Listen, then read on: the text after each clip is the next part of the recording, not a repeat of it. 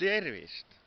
Mina olen Hillar Kohv Viinaualt. Ja kas te teate, milline on Eesti parim nädalaleht? See on loomulikult Nelli Teataja. Ja kohe vaatame siin Nelli Teataja. 26. august on siin esilehe peal.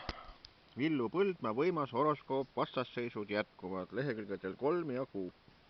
Päike valgustab septembris suuri paradiisis elavaid võimuinimesi ja samas vaeseid palehigis vaellevaid orje. Pikemalt on horoskoop leheküljel 6 Villu Põldmaa horoskoop. Nii et siin on kõikide tähemärkide kohta toodud ära. Ja leheküljel 9 on Tartu botaanikaaias seiklesid Barbi ja Ken.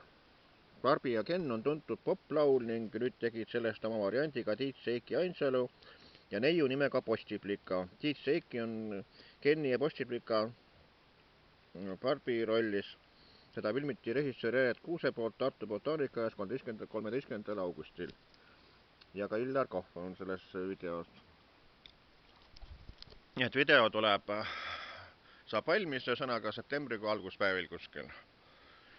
Nii et kordan veel korra üle, et parimad uudised, parimad sõnumid on ajaleht Nelli Teataja, nii et vaadake kõik poeletilt Nelli Teatajat.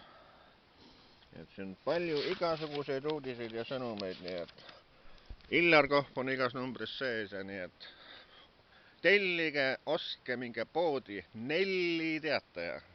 Nii et seda soovitan mina, Hillar Kohv Viinaualt.